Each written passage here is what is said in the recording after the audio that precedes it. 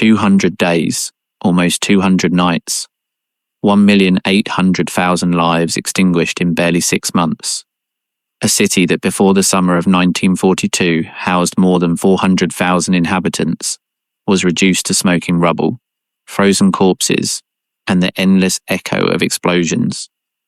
No battle in the history of humanity had reached such a level of concentrated destruction in such a reduced space. And yet, when the German troops crossed the Don and spotted the industrial chimneys of Stalingrad for the first time, they were convinced that victory would be a matter of weeks. What went wrong? How did a city by the Volga become the tomb of Nazi ambitions? And why did Adolf Hitler, against all military logic, refuse to order the retreat that would have saved hundreds of thousands of his soldiers? Before you get comfortable, take a moment to give the video a good like and subscribe. And tell me in the comments where you are listening to us from and what time it is for you. It is always fascinating to see who joins us from all parts of the world. What you are about to know is not simply the tale of a battle. It is the chronicle of obstinacy taken to its ultimate consequences, of the confrontation between two dictators, willing to sacrifice entire armies for the pride of a city, and of how the cold, the ruins, and the desperation transformed soldiers of both sides into something that neither of them would have recognized months before. Stalingrad was not just a turning point in the Second World War. It was the exact moment when the myth of German invincibility crumbled forever. To understand how we got here, we must go back to the 22nd of June 1941. That dawn, more than 3 million German soldiers crossed the Soviet border in the most ambitious military operation ever conceived. They called it Operation Barbarossa, in reference to the medieval emperor Frederick Barbarossa. And its objective was nothing less than the total destruction of the Soviet Union in a maximum period of 5 months. Hitler was convinced that Stalin's regime would collapse like a house of cards before the push of the Wehrmacht. The first month seemed to prove him right. The panzer divisions advanced at a speed that amazed even the German generals themselves. Entire cities fell in a matter of days. Millions of Soviet soldiers were captured in gigantic encirclement operations. Kiev, Minsk, Smolensk. The names followed one another in the victory reports, while the German newsreels showed endless columns of prisoners marching towards the west. In Berlin, the euphoria was absolute. It seemed that nothing could stop the Nazi war machine. But then winter arrived. And with winter came Moscow. Operation Typhoon, designed to capture the Soviet capital before the end of 1941, failed miserably. The temperatures dropped to 40 degrees below zero. The engines of the tanks froze. The oil in the weapons solidified. The German soldiers, equipped with summer uniforms, because no one had foreseen such a prolonged campaign, began to suffer massive frostbite. And meanwhile, fresh divisions of Siberian troops, perfectly adapted to the cold, counterattacked with a ferocity that the Germans had not anticipated. When the spring of 1942 thawed the battlefields, the Wehrmacht was no longer the unstoppable force it had been a year before. Casualties exceeded 1 million soldiers. The replacements arrived with less training and worse equipment. And yet, Hitler was not willing to give up his plans of conquest. If Moscow had proven unreachable, then the objective would be another. The Führer's gaze turned towards the south, towards the oil fields of the Caucasus, and towards an industrial city by the Volga River that bore the name of his arch-enemy. Stalingrad. Why this city in particular? The answer combines military strategy, economic necessity, and personal obsession. From a logistical point of view, Stalingrad controlled the river traffic of the Volga, the main artery through which Soviet oil and supplies circulated from the south to the north. Capturing it would mean cutting that vital line and paralyzing a good part of the Soviet war industry. Furthermore, its factories produced tanks, steel, and weaponry. But there was something else, something that went beyond military calculations. The city was called Stalingrad, and for Hitler, conquering a city that bore the name of Joseph Stalin was a symbolic victory that no other could equal. Similarly, for Stalin, losing the city that bore his name was an unacceptable humiliation. This coincidence of personal obsessions would turn what could have been a tactical maneuver into a fight to the death where neither of the two dictators was willing to yield a single meter of ground. The summer offensive of 1942 received the codename Operation Blue. Its design was ambitious to the point of recklessness. Army Group South would divide into two. Group A would advance towards the Caucasus to capture the oil fields, while Group B, headed by the 6th Army of General Friedrich Paulus, would protect the northern flank by advancing towards the Volga and taking Stalingrad. The idea was that both forces would operate in coordination, supporting each other mutually. But Hitler, impatient and convinced of his own strategic genius, committed the first of a series of fatal errors. As the advance progressed, the Führer began to modify the plans constantly, diverting units from one objective to another, according to his whim of the moment. The panzer divisions that were supposed to support the 6th Army were redirected towards the Caucasus. The result was that Paulus found himself advancing towards Stalingrad, with increasingly exposed flanks, protected only by Allied troops of doubtful reliability, Romanians, Italians, and Hungarians, whose equipment and morale could not be compared with those of the German divisions. On the 23rd of August 1942, the Luftwaffe unleashed over Stalingrad the most devastating bombing that any Soviet city had suffered up to that moment. More than 1,000 planes participated in the operation. Wave after wave of Heinkel and Junkers bombers unloaded their incendiary bombs over the residential neighborhoods, the factories, and the docks of the Volga. The sky turned red and black. The flames consumed entire buildings in a matter of minutes. It is estimated that more than 40,000 civilians died in the first 24 hours of the bombing. A survivor, a 12-year-old girl named Valentina Krutova, would remember decades later how the Volga River literally burned, while the spilled oil from the destroyed depots spread over the waters. The barges that attempted to evacuate the civilians navigated between curtains of fire. The screams of those falling into the water mixed with the roar of the airplane engines that returned time and again. That night, Stalingrad ceased to be a city. It became a hell. When the first German units reached the western suburbs of Stalingrad in late August, they expected to find a terrified and demoralized population. What they found was something completely different. Among the smoking rubble, the Soviet defenders had established positions of resistance. Factory workers who hours before were producing tanks now wielded rifles. Women and teenagers dug trenches and transported ammunition under enemy fire.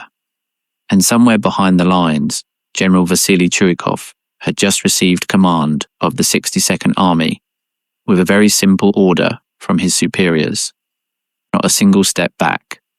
Churikov immediately understood that defending Stalingrad with conventional methods was impossible. The Germans possessed absolute aerial superiority.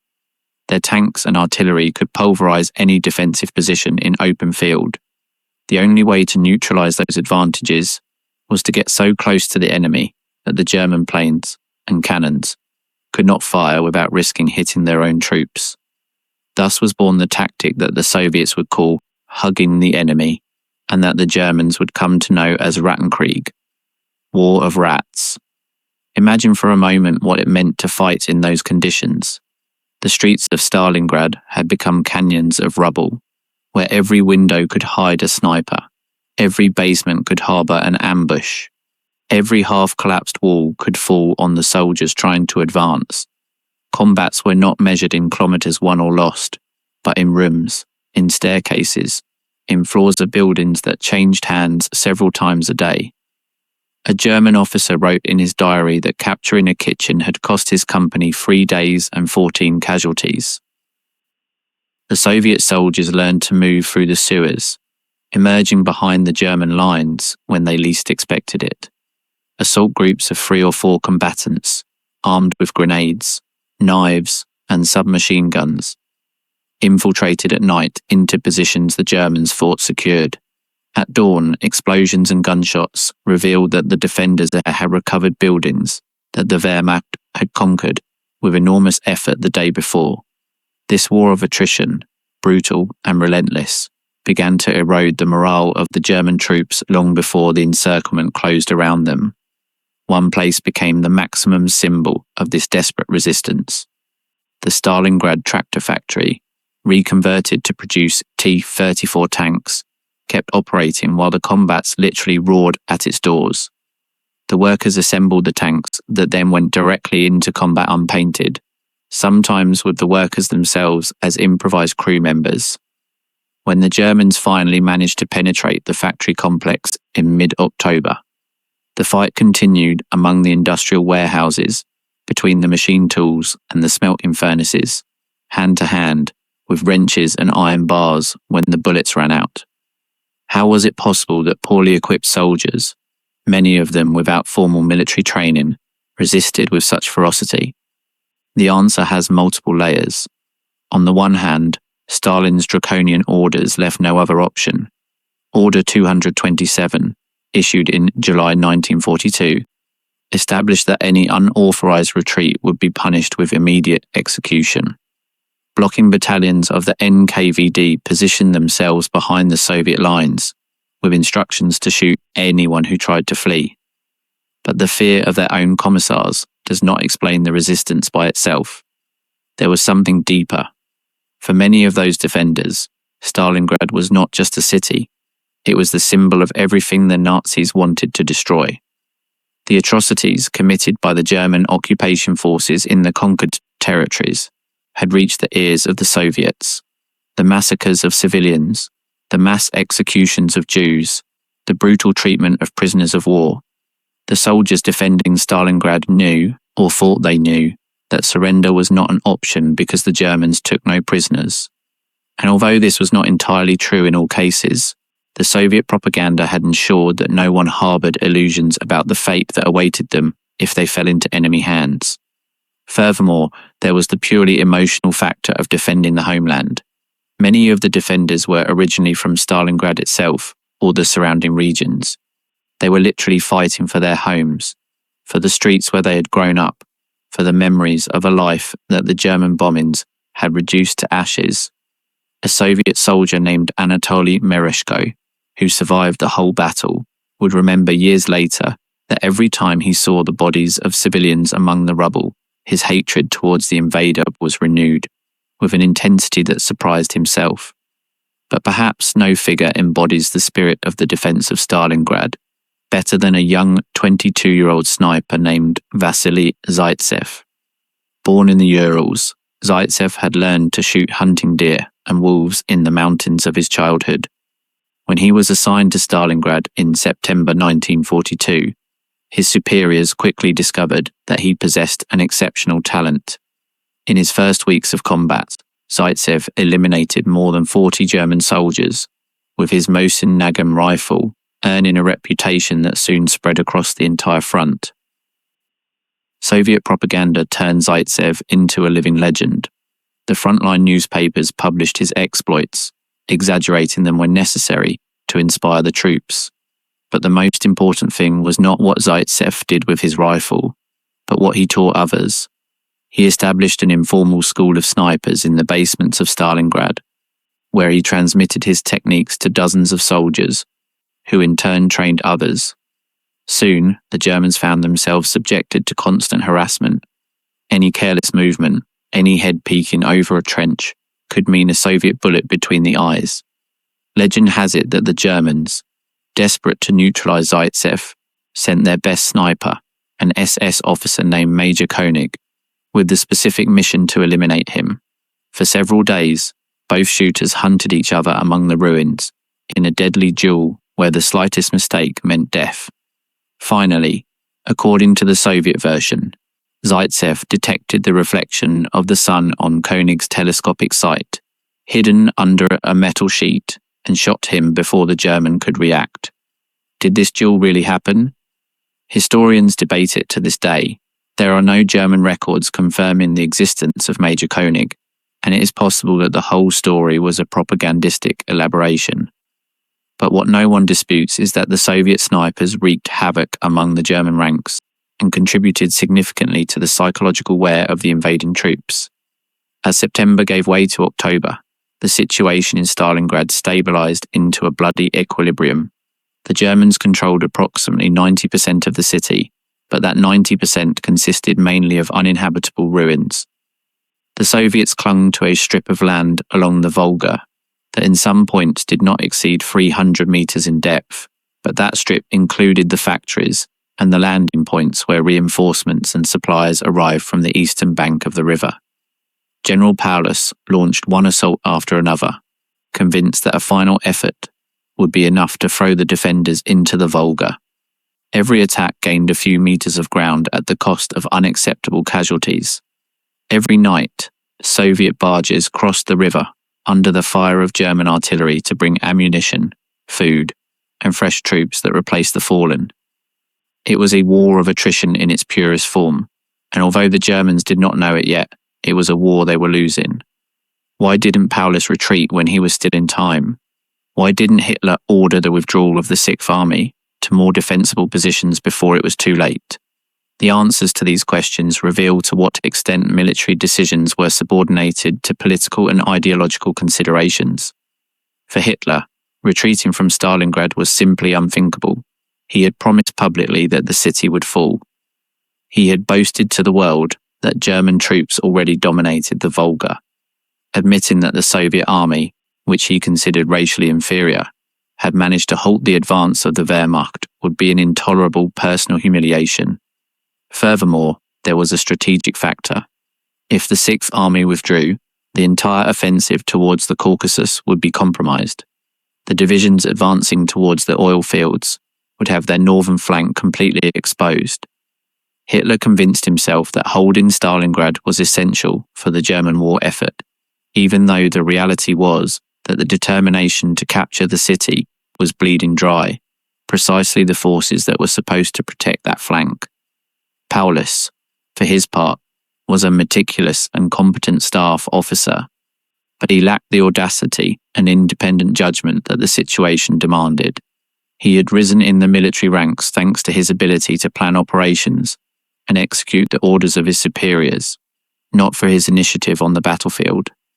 When his subordinate generals suggested that perhaps it was time to consider a strategic retreat, Paulus refused to act without Hitler's explicit authorization, and that authorization never came. Meanwhile, on the other side of the front, the Soviet High Command was planning something that would change the course of the war. Since September, while the world's attention was concentrated on the house-to-house combat in Stalingrad, Generals Georgy Zhukov and Alexander Vasilevsky had been working in secret on an operation of colossal magnitude. They called it Uranus, and its concept was devastatingly simple. While the Germans wasted their best troops trying to conquer the ruins of Stalingrad, the Soviets would amass massive forces on the northern and southern flanks of the German salient, protected only by the weak Romanian, Italian, and Hungarian divisions. When everything was ready, two gigantic pincers would close behind the Sixth Army, cutting its supply lines and trapping it in a pocket from which there would be no escape. The preparation for Operation Uranus was a marvel of deception and logistics.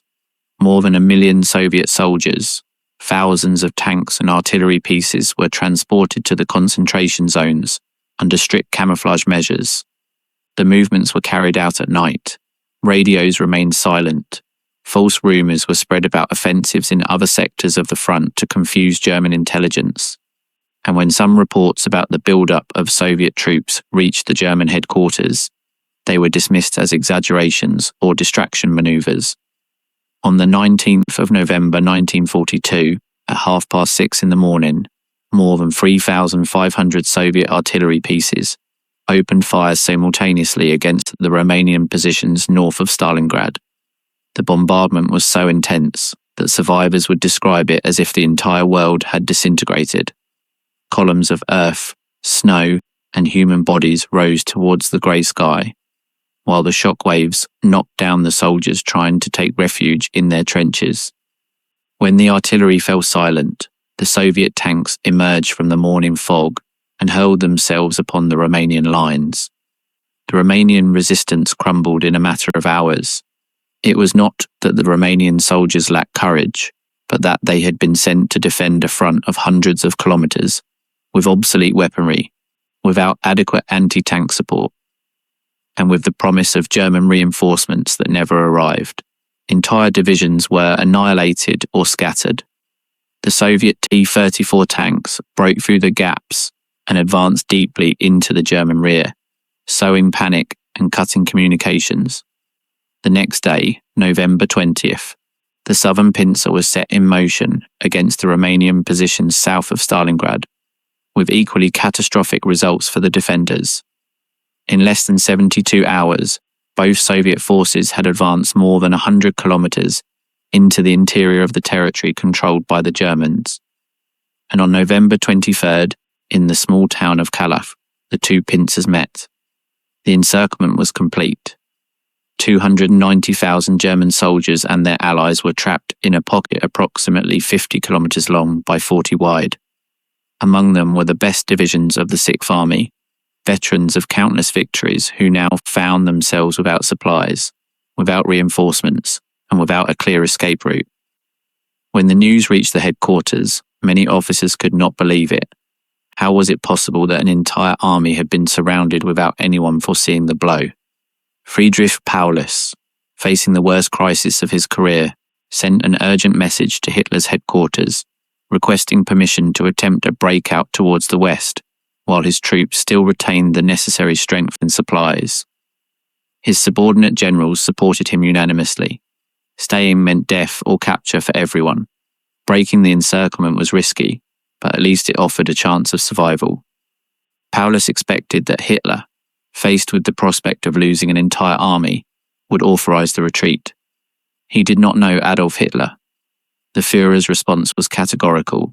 The Sixth Army would remain in Stalingrad. A fortress would be established around the city that would hold out until relief forces broke the Soviet encirclement. Supplies would arrive by air. The Luftwaffe would be in charge of keeping the trapped army supplied until the situation was resolved. Under no circumstances was Paulus to attempt a breakout without express authorization. This decision, taken against the advice of practically all German military experts, would seal the fate of hundreds of thousands of soldiers. But at that moment, Hitler counted on an unexpected ally to justify his obstinacy. Hermann Göring, the corpulent head of the Luftwaffe, assured the Führer that his planes could transport the 500 daily tons of supplies that the Sixth Army needed to survive. It was a completely unrealistic promise, as many aviation officers perfectly knew. The Luftwaffe did not have enough transport planes. The airfields inside the encirclement were under constant fire from Soviet artillery. The winter weather greatly hindered air operations. But Göring, anxious to regain Hitler's favour after the failures of the Battle of Britain, made a promise he could not keep. In the following days, reality brutally imposed itself on Göring's fantasies. The average of supplies arriving by air hovered around 100 tons a day, a fifth of what was needed. The Junkers. 52 transport planes were shot down by Soviet fighters or by the anti-aircraft artillery surrounding the perimeter. Every flight was a suicide mission, and the pilots knew it. Meanwhile, the soldiers trapped in the pocket began to run out of food, without fuel for the vehicles, without medicines for the wounded, without ammunition to defend themselves. Rations were drastically reduced. Soon, the German soldiers were receiving barely 200 grams of bread a day, supplemented with horse meat from the draft animals that could no longer feed themselves. The horses were the first to die. Then the soldiers began to die, not only from the combats, which continued without pause, but from the cold, the diseases, and the starvation. Temperatures dropped to 30 degrees below zero.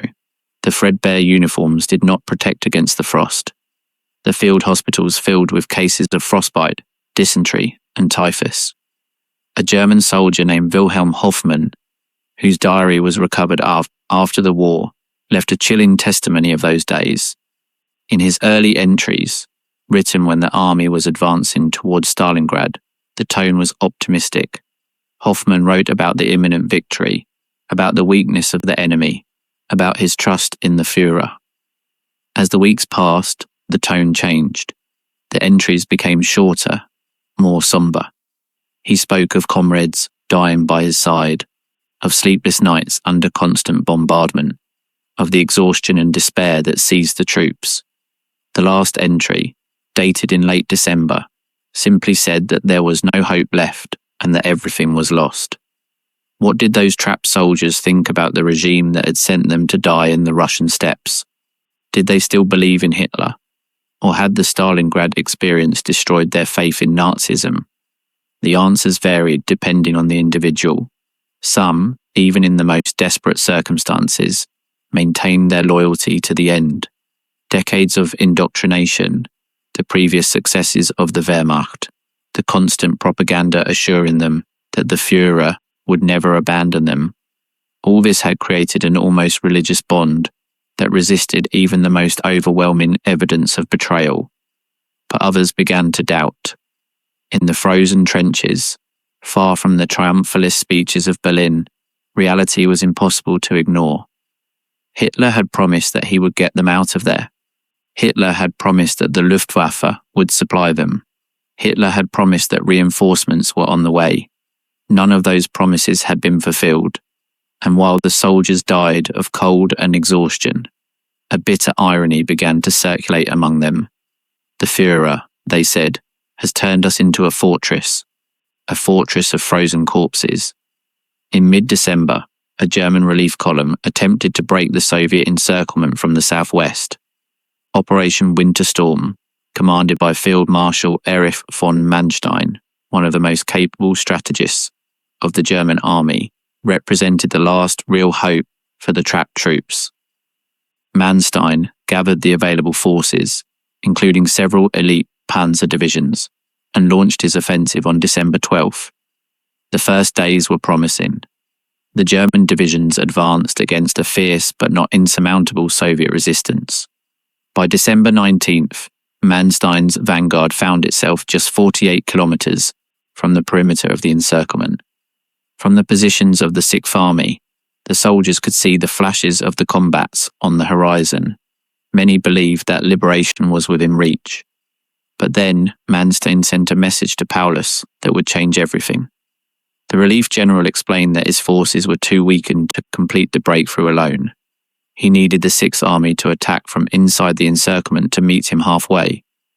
The combined operation, which received the code name Thunder, required Paulus to abandon Stalingrad and march towards the southwest with all the mobile troops he could gather.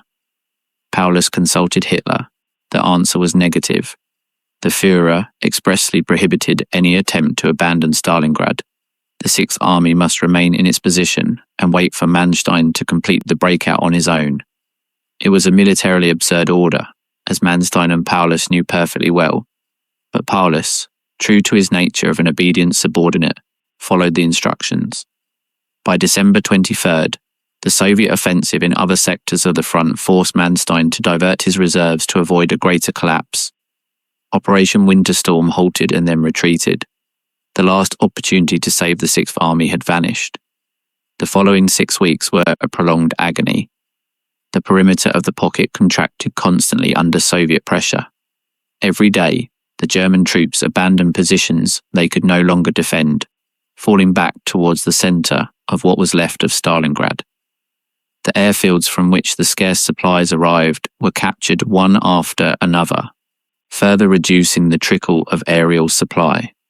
The field hospitals overflowed with wounded, who could not be evacuated and for whom there were neither medicines nor bandages. The dead were no longer buried. The ground was so frozen that digging graves was impossible, and anyway, no one had the necessary energy to do it. The corpses piled up in the ruins, freezing in grotesque postures that later served as improvised parapets. The living coexisted with the dead, separated only by a thin layer of snow that the wind brought every night. In this context of absolute despair, scenes began to occur that would have seemed inconceivable months before. German soldiers deserted towards the Soviet lines, preferring uncertain captivity to certain death. Others deliberately self-mutilated to be evacuated in the few planes that still took off. Cases of cannibalism were recorded, although military authorities tried to hide them to maintain morale. The discipline, which had been the pride of the German army, was crumbling. And yet, the resistance continued. It is astonishing, viewed from historical distance, that those soldiers kept fighting when all rational hope of victory or survival had disappeared. Some did it out of inertia, because they knew nothing else. Others did it out of loyalty to their comrades, refusing to abandon the companions with whom they had shared a trench for months. Some still believed, against all evidence, that Hitler would find a way to save them at the last moment, and many simply fought because the alternative, surrendering to an enemy they had been taught to despise as subhuman, seemed a humiliation worse than death. On January 8, 1943, the Soviet High Command sent an ultimatum to General Paulus. The conditions were relatively generous for the standards of the war on the Eastern Front. Life was guaranteed for all soldiers who surrendered, medical attention for the wounded, adequate food rations, and repatriation after the end of the war. In exchange, only the unconditional surrender of all German forces in the Stalingrad pocket was asked. What do you think of the content? Do you like this type of video? Then comment the phrase, "I want more histories." That way you will encourage us to bring more historical topics and also help the engagement of the video. Alright? Also, don't forget to subscribe to the channel, activate the bell and leave your like so that YouTube keeps recommending our videos to you. Paulus consulted Hitler one more time. The answer was the same as always. No surrender was permitted. The Sixth Army would fight to the last soldier and the last bullet. And to ensure that Paulus carried out this order, Hitler reminded him that his family remained in Germany. The ultimatum was rejected. 2 days later, the Soviets launched Operation Rin, the final offensive intended to destroy the German forces trapped in Stalingrad. More than 200,000 Soviet soldiers, supported by thousands of tanks and cannons, threw themselves against a perimeter defended by exhausted, malnourished troops lacking ammunition. The disproportion of forces was overwhelming. The Soviet advance was unstoppable. In the first weeks of January, the pocket was reduced to half of its original size, then to a quarter. The Germans retreated from ruin to ruin, from basement to basement, fighting with the energy of desperation, but incapable of stopping the red tide enveloping them. The wounded who could not walk were abandoned in the shelters, left at the mercy of the advancing enemy. Some asked their comrades to finish them off before leaving. By late January, the pocket had been divided into 2 separate redoubts. One in the north was centered in the ruins of the tractor and armament factories. The other, in the south, clustered around the central square of Stalingrad and the basements of the department stores where Paulus had established his headquarters. Communication between both redoubts was practically impossible. Each fought its own isolated agony. On January 30th, 1943, Adolf Hitler made a decision that many interpreted as a final gesture of cruelty towards the general who had obeyed all his orders to the end. He elevated Friedrich Paulus to the rank of Field Marshal, the highest in the German army. The promotion was accompanied by an implicit message that no one could misinterpret. No German field marshal had ever surrendered in history. Paulus was expected, faced with inevitable defeat, to follow the example of so many Prussian generals before him and commit suicide rather than hand over his sword to the enemy. But Paulus did not commit suicide. On the morning of January 31st, Soviet soldiers of the 64th Army descended into the basements of the department stores where the German headquarters was located. They found a German officer who came out to meet them with his hands raised. It was Lieutenant Colonel Leonhard Adam, Paulus's aide. Adam communicated to the Soviets that the field marshal was willing to negotiate the surrender. Shortly after, Friedrich Paulus emerged from the depths of the basement. He was emaciated, unshaven, with his uniform dirty and wrinkled. He had aged years in barely weeks. The Soviet soldiers, many of whom had lost family and friends in the bombings of Stalingrad, stared at him in silence. One of them would later remember that he expected to feel hatred towards that enemy general, but that instead he only felt a kind of disdainful pity. That was not the proud conqueror who had sworn to take Stalingrad in the name of Hitler. He was a defeated spectre who could barely stand. Paulus was transported to the headquarters of the Soviet General Rokossovsky, where the surrender was formalized. In the following hours and days, tens of thousands of German soldiers laid down their arms and surrendered. Many were so weakened that they could not walk without help. They staggered in endless columns towards the prisoner camps, guarded by Soviet guards, who often did not hide their contempt for those defeated invaders. On February 2nd, 1943, the last German redoubt in the north of Stalingrad surrendered. The battle was over. How many died in Stalingrad? The exact figures remain a subject of debate among historians, but the most accepted estimates speak of approximately 800,000 German and Allied soldiers dead, wounded, captured, or missing.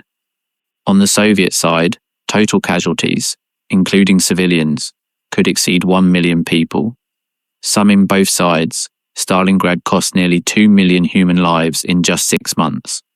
To put it in perspective, that equals more than 10,000 deaths a day for 200 consecutive days. Of the 91,000 German soldiers who surrendered after the fall of the pocket, fewer than 6,000 ever returned to Germany. The rest died in the Soviet prisoner camps, victims of the cold, diseases, malnutrition, and in some cases, deliberate mistreatment. Many of the survivors were not released until 1955, more than 10 years after the end of the war. When they finally returned home, they found an unrecognizable, divided country that preferred to forget the catastrophe they had lived through. Friedrich Paulus, the field marshal whom Hitler expected to commit suicide, remained in Soviet captivity until 1953. During his captivity, he became an uncomfortable figure for the Nazi regime. First, because he had survived when his death was expected. Second, because he agreed to collaborate with the Soviets, appearing in propaganda events and testifying at the Nuremberg trials against his former comrades. When he returned to Germany, he chose to reside in the German Democratic Republic, the communist state of the East, which many in the West interpreted as an additional betrayal. He died in 1957, a broken man who never managed to reconcile with himself or with his role in the catastrophe of Stalingrad. Adolf Hitler, for his part, reacted to Paulus's surrender with a rage that surprised even his closest collaborators. In one of his typical diatribes, he denounced the cowardice of the marshal, who had preferred captivity to a glorious death. He never accepted that his own obstinacy had been the main cause of the disaster. In his mind, the defeat was always someone else's fault. The incompetent generals, the unreliable allies, the soldiers who had not fought with enough determination. The idea that he himself had made catastrophic mistakes was incompatible with the image of infallibility he had built up for years. But beyond the personal recriminations, what Hitler could not ignore was the strategic impact of Stalingrad. The Sixth Army had been one of the most powerful formations of the Wehrmacht. Its destruction left a hole in the Eastern Front that could not be filled. The German divisions that had advanced towards the Caucasus had to retreat hastily to avoid being isolated in turn. The strategic initiative, which the Germans had maintained since 1939, passed definitively into Soviet hands. From February 1943 onwards, the Wehrmacht would be almost always on the defensive on the Eastern Front. And perhaps more important than the material losses was the psychological impact. Stalingrad destroyed the myth of German invincibility. Until then, Nazi propaganda had presented the Wehrmacht as an unstoppable force, destined for victory by the racial superiority of its soldiers. Stalingrad demonstrated that the Germans could be defeated, and defeated crushingly. This lesson did not go unnoticed either in the Soviet Union. where confidence in victory grew enormously, or in the rest of the world, where the Allies began to believe that the war could be won. In the cities and towns of Germany, the announcement of the defeat was received with a mixture of disbelief, sorrow, and in some cases, the first glimpses of questioning toward the regime. The Nazi government tried to control the narrative, presenting Stalingrad as a heroic sacrifice that had bought time for Germany to prepare for the final victory. 3 days of national mourning were declared. Radio stations played funeral music, but the mothers, wives, and children of the fallen or captured soldiers did not need propaganda to understand what had happened.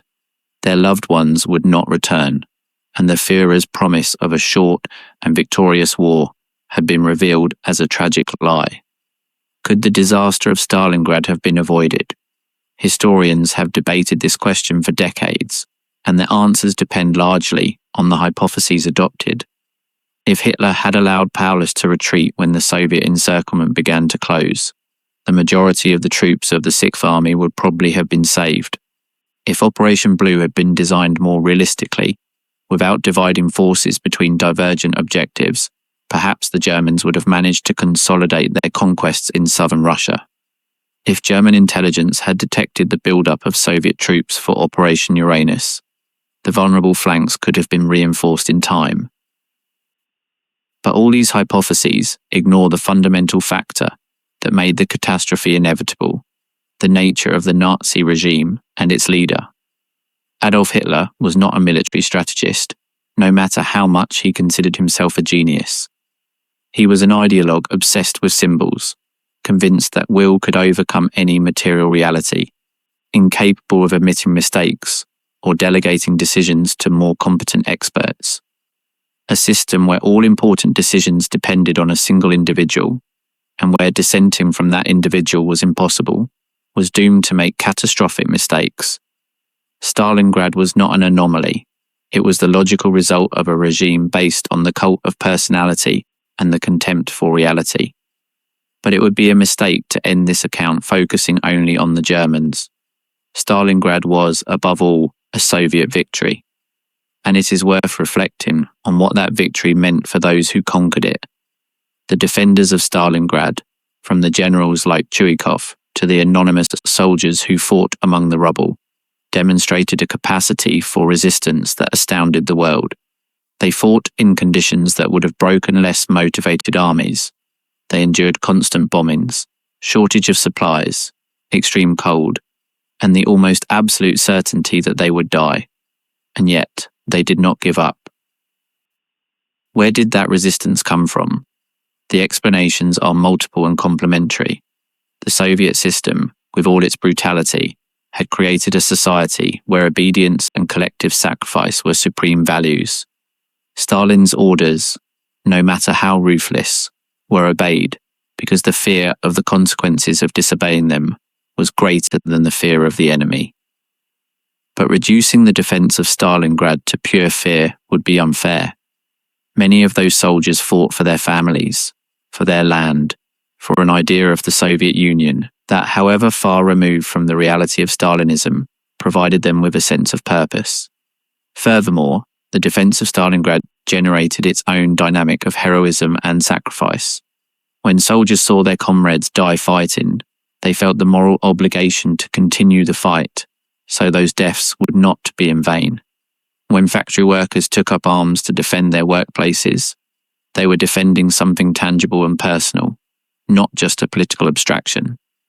The resistance fueled more resistance, creating a cycle that the Germans never managed to break. The cost of that victory was immense. Soviet families mourned their dead for decades. The destroyed cities took years to be rebuilt. The surviving veterans carried physical and psychological traumas that many never overcame.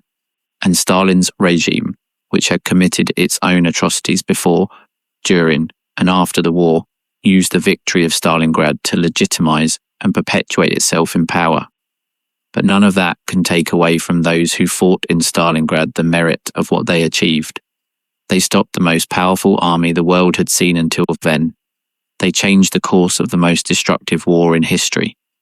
and they demonstrated that Nazi brutality, no matter how terrifying it seemed, was not invincible. Stalingrad also left an urban legacy that lasts to our days. The city was rebuilt after the war, renamed Volgograd in 1961 following the de-Stalinization promoted by Khrushchev. In the place where the fiercest combats were fought, monuments and memorials were erected.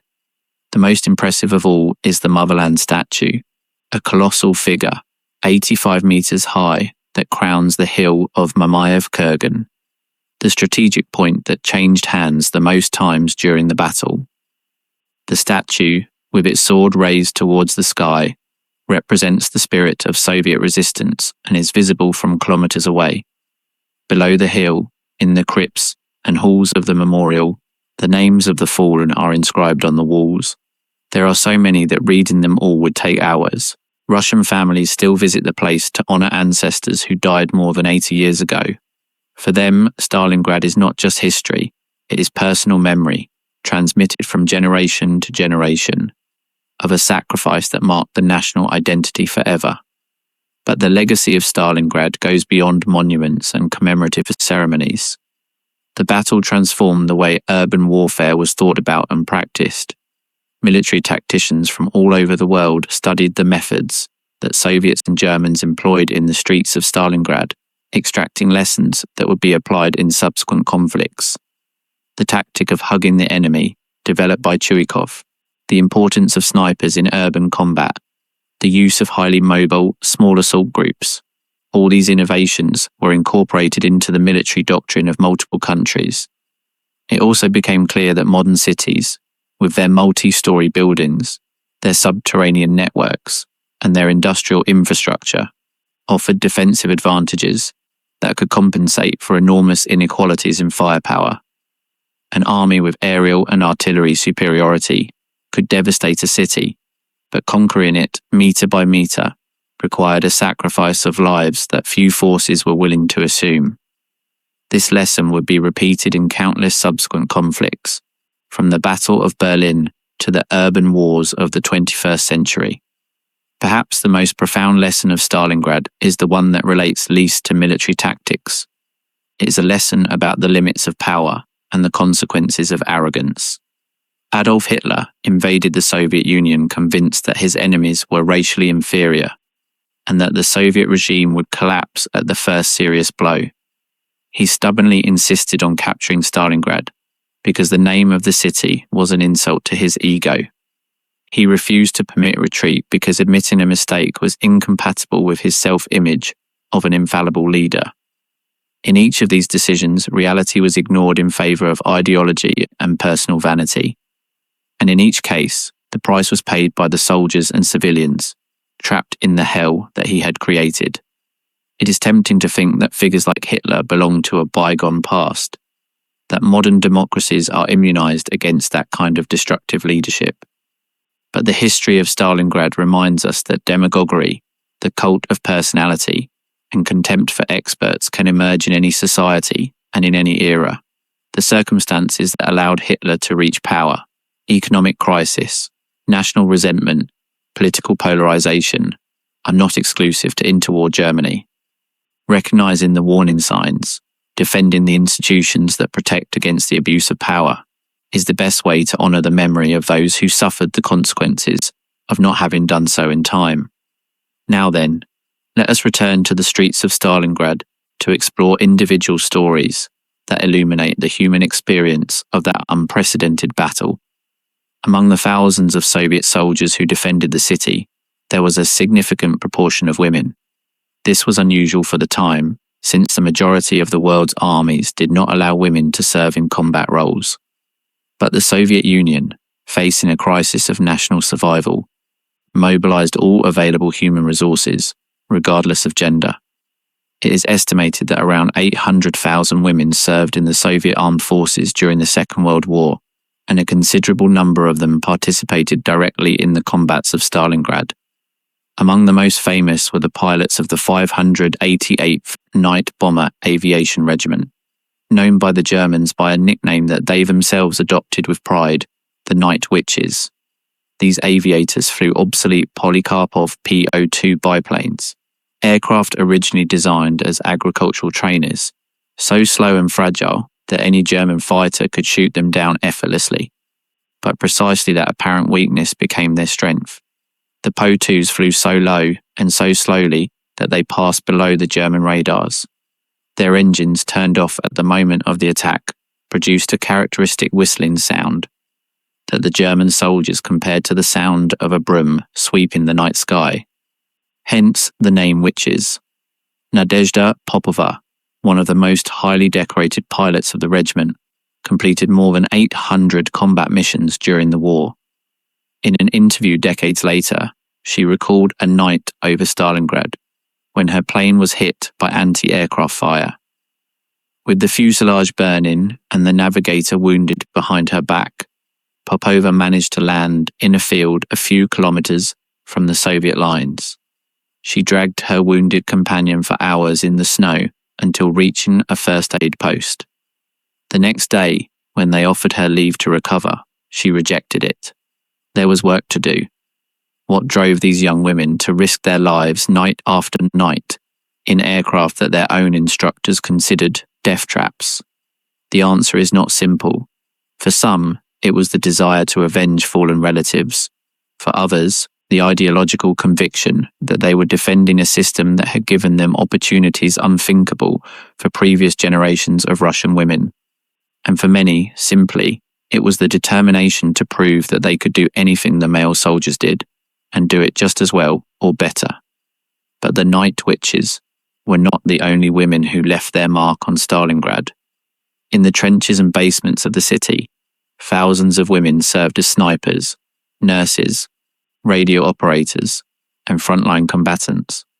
One of the most notable was Lyudmila Pavlichenko, who, although she achieved fame in other sectors of the front before Stalingrad, represented a model that many would follow. With 309 confirmed kills, Pavlichenko became the deadliest female sniper in history, a record that no woman has surpassed since. In Stalingrad, women like Maria Batrakova and Natalia Kovshova continued this deadly tradition. Kovshova, along with her companion Maria Polivanova, died in combat in August 1942 after running out of ammunition and detonating their own grenades so as not to be captured. Both were posthumously decorated with the title of Heroes of the Soviet Union. Their stories, broadcast by Soviet propaganda, inspired other women to take up arms. How did the German soldiers react to the presence of female combatants in the enemy camp? The testimonies are contradictory and revealing. Some expressed disbelief and contempt, unable to reconcile their ideology of racial and gender superiority with the reality of being attacked by women. Others felt a kind of superstitious horror, as if female participation in combat was a transgression of the natural order that foreshadowed their own defeat. And there was no shortage of those who, in the intimacy of their diaries, admitted a reluctant respect for the bravery of those female adversaries. What no one could deny was the effectiveness of the Soviet female combatants. The snipers eliminated officers and non-commissioned officers with surgical precision, disorganizing the German units. The night pilots interrupted the sleep of the enemy troops, eroding their morale and their combat capability. The nurses risked their lives to rescue wounded under fire, ensuring that soldiers who would have died could fight again. Overall, the female contribution to the Soviet war effort was substantial, although for decades it was minimized both in the West and in the post-war Soviet Union itself. Now then, let us step back for a moment to explore an aspect of the battle that is often overlooked, the experience of the civilians trapped between the two armies. When the German bombing began on August 23rd, Stalingrad housed more than 400,000 inhabitants. The Soviet authorities had prohibited mass evacuation, partly for logistical reasons. The boats and trains were needed to transport troops and supplies, and partly for propagandistic reasons. Evacuating the city would have been admitting that it could fall. As a result, hundreds of thousands of civilians were trapped in the hell that was unleashed upon them. The first victims were the residents of the neighborhoods along the Volga, where the German incendiary bombs found abundant combustible material in the wooden houses and the oil depots. Entire families died asphyxiated in the basements, where they had taken refuge when the fire consumed the oxygen. Others perished, crushed under the rubble of collapsing buildings. Survivors described scenes that defied any description: children separated from their parents in the chaos, elderly unable to flee the flames, hospitals burning with patients still in their beds. One survivor named Zinaida Selezneva was 11 years old when the battle began. Decades later, in an interview for an oral history project, she remembered the moment she saw her mother die. They were trying to cross a street to reach a shelter when a bomb fell a few meters away. The shockwave threw her against a wall. When she regained consciousness, her mother lay motionless next to her, with her eyes open and an expression of surprise frozen on her face. Zinaida remained next to the body for hours, unable to move until some Soviet soldiers found her and evacuated her to the eastern bank of the Volga. How many civilians died in Stalingrad? The exact figures are impossible to determine. Estimates vary between 40,000 and 200,000, depending on how the geographic and temporal limits of the battle are defined. What is certain is that the vast majority of civilian casualties occurred in the first weeks, during the German bombings and the initial combats for control of the city. Those who survived that initial phase faced months of extreme privation, hidden in basements and caves, while the battle raged over their heads. Some civilians were used by both sides as forced labor. The Germans employed Soviet prisoners and civilians to dig trenches, transport ammunition, and perform other dangerous tasks. The Soviets mobilized everyone who could hold a shovel to build fortifications and keep the supply routes across the Volga open.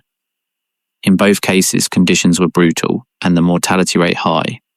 But perhaps the most extraordinary thing is that, despite everything, life continued amidst the destruction. In the basements of Stalingrad, babies were born whose first sounds were the bursting of grenades. Improvised weddings were held between soldiers who did not expect to survive until the next day. Teachers continued giving classes to groups of children crammed into underground shelters, trying to maintain some semblance of normality in the midst of chaos. The capacity of the human being to adapt to unthinkable circumstances was demonstrated time and time again in those terrible months. One particular episode illustrates this resilience in a moving way. In November 1942, while the combats reached their maximum intensity, a group of musicians from the Stalingrad Conservatory managed to organize a concert in a basement near the front line. The program included works by classical Russian composers Tchaikovsky, Mussorgsky, Borodin. The attendees were soldiers on leave, staff officers, and some civilians who had heard about the event. For an hour, while explosions shook the roof over their heads, those people listened to music. Several attendees would later remember that it was one of the most emotional moments of their lives, an affirmation of humanity in the midst of barbarism. Why is it important to remember these individual stories in the context of a battle measured in millions of lives and hundreds of thousands of square kilometers? Because numbers, however impressive they may be, can anesthetize our capacity for understanding. When we hear that 2 million people died in Stalingrad, the figure is so huge that it becomes abstract, almost unreal. But when we hear the story of Zinaida Selezneva, 11 years old, holding the hand of her dead mother in a street full of rubble, something different happens in our minds. Suddenly, the tragedy becomes concrete, personal, comprehensible, and it is that understanding that allows us to extract lessons from history, instead of simply memorizing it. Let us return now to the military events, to examine an aspect that historians have debated for decades. Could the German army have won the Battle of Stalingrad? The short answer is that probably yes, if different decisions had been made at key moments. The long answer requires analysing those moments, and the reasons why the decisions made were what they were. The first turning point occurred in August 1942, when the German forces approached Stalingrad for the first time. At that time, the city was weakly defended. The Soviet divisions that had fought during the summer retreat were decimated and demoralized. If the Sixth Army had concentrated all its forces in an immediate assault on the city, before the Soviet reinforcements could arrive, it is very possible that Stalingrad would have fallen in a matter of days. Why didn't this happen? Partly because Hitler diverted divisions towards other objectives, diluting the strength of the main attack. Partly because the German commanders themselves underestimated the resistance they would encounter, and partly because the logistics of supplying an army that had advanced hundreds of kilometers from its bases was beginning to fail.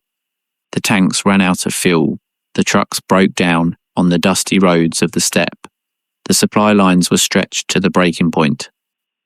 The second turning point was the decision to continue the attacks inside the city after it became clear that the Soviet resistance was not going to collapse. By late September, any objective observer could see that the battle had turned into a war of attrition that favored the side with greater human and material reserves, that is, the Soviets. A prudent commander would have consolidated the conquered positions, established a solid defensive line, and waited for the winter to pass before considering new offensive operations. But Hitler was not a prudent commander.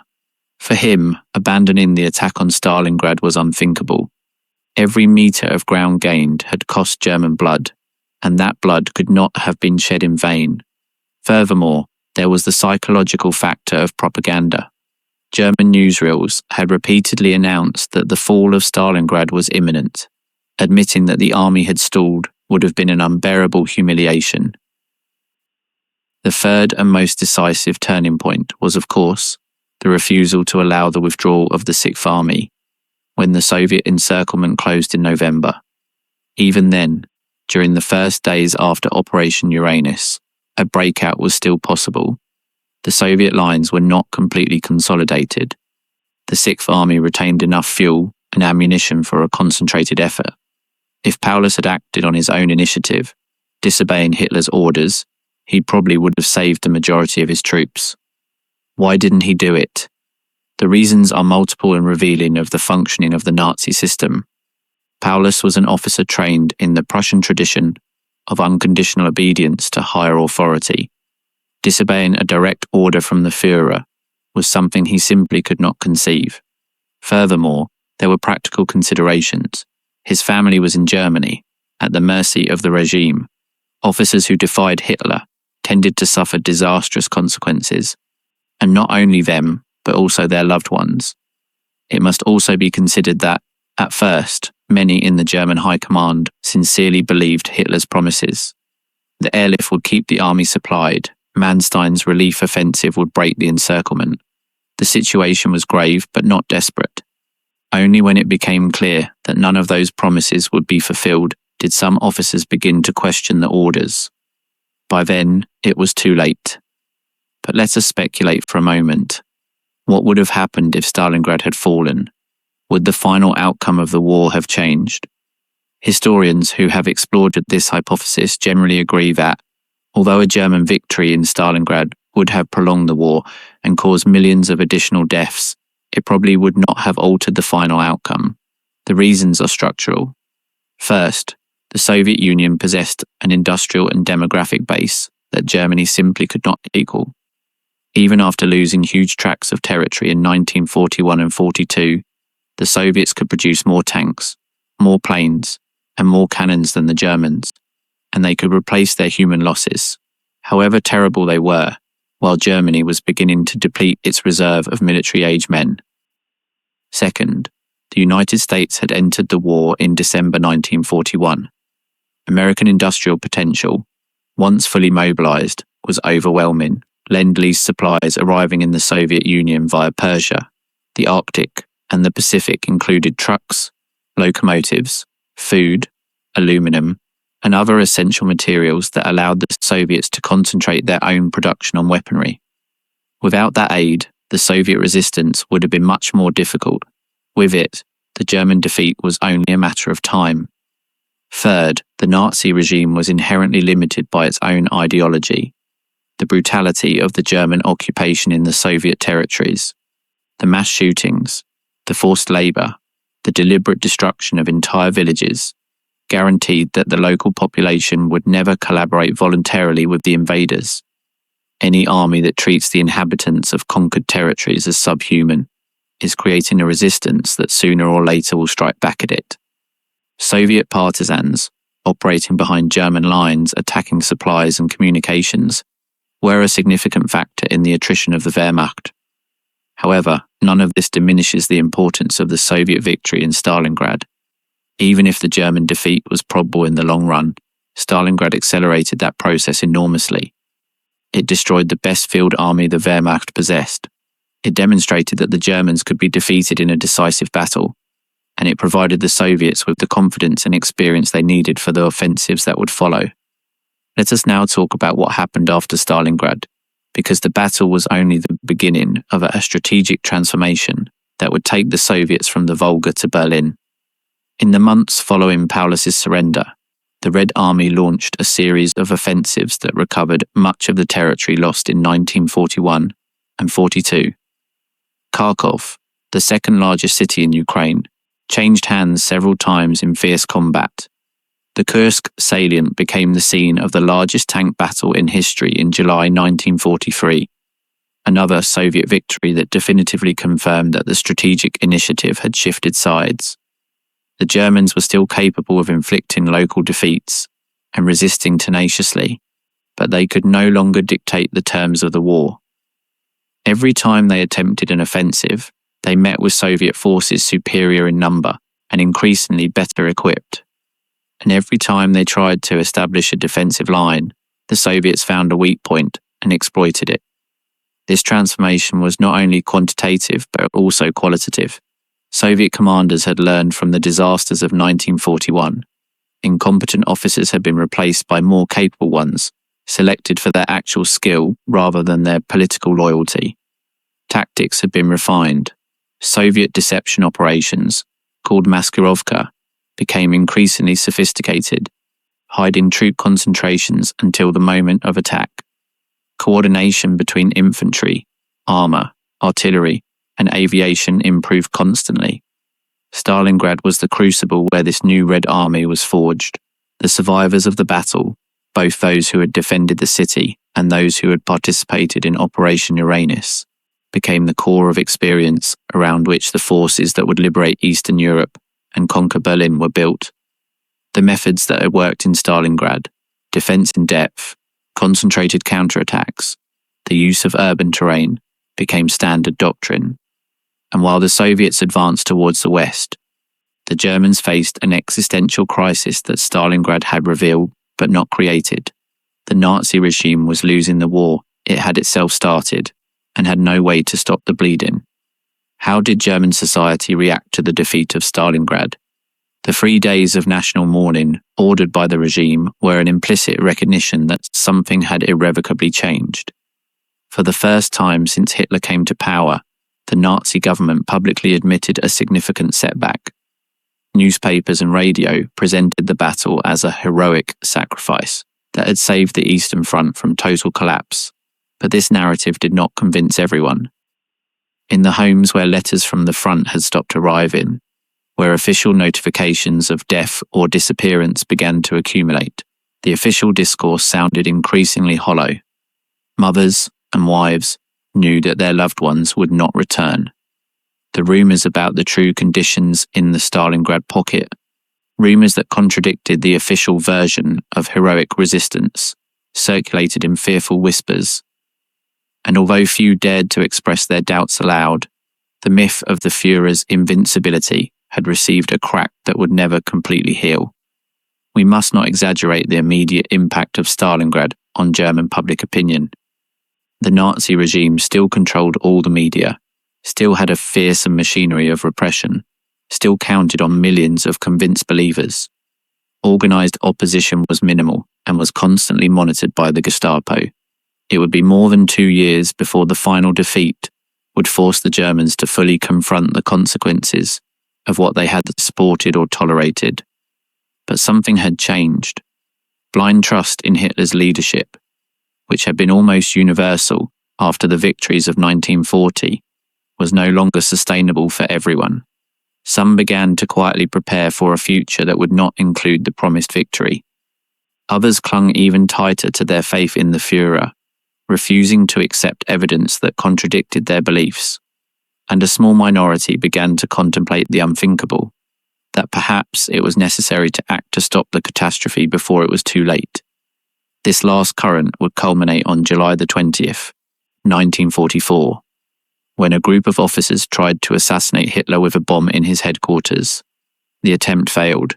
Hitler survived with minor injuries, and the subsequent repression eliminated most of the conspirators along with their families. But the mere fact that officers of the German army, who had sworn loyalty to the Führer, attempted to eliminate him, demonstrates to what extent the defeat at Stalingrad and those that followed had eroded the consensus that sustained the regime. Let us turn our gaze to another aspect that deserves attention: the fate of the prisoners of war after the surrender of the Sixth Army.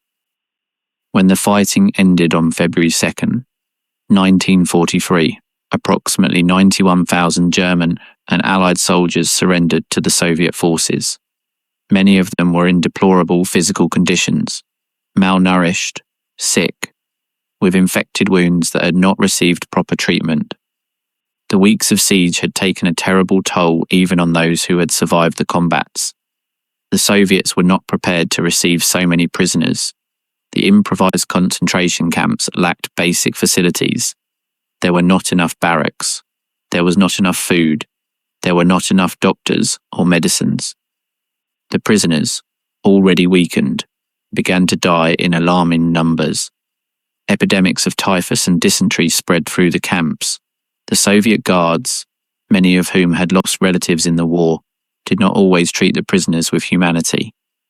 The marches to the camps were especially deadly. The prisoners, dressed in rags that barely protected them from the cold, were forced to walk hundreds of kilometers across the winter steppe. Those who could not keep up the pace were abandoned by the side of the road, or in some cases executed. It is estimated that tens of thousands of prisoners died in the first weeks after the surrender, before even reaching the permanent camps. Conditions improved slightly over time as the Soviets better organized the camp system and began to use the prisoners as forced labor. Those with useful skills, doctors, engineers, technicians, received preferential treatment. Ordinary soldiers were sent to work in mines, road construction, and the reconstruction of the cities their compatriots had destroyed. The work was hard, the rations scarce, the illnesses frequent. How many survived? Of the 91,000 captured in Stalingrad, only about 6,000 ever returned to Germany. The rest died in captivity, victims of the cold, diseases, malnutrition, or mistreatment. It is a horrifying mortality rate, above 90%, which makes the Soviet camps one of the deadliest episodes in the history of prisoners of war. Was this a war crime, comparable to the atrocities committed by the Germans themselves?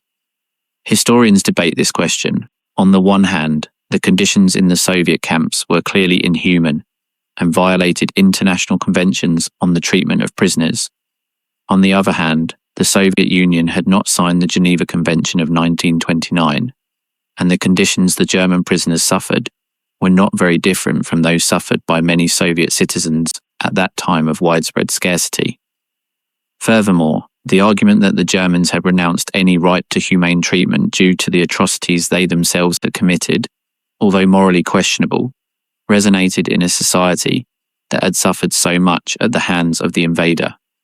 What is indisputable is that the experience of Soviet captivity profoundly marked the few who returned.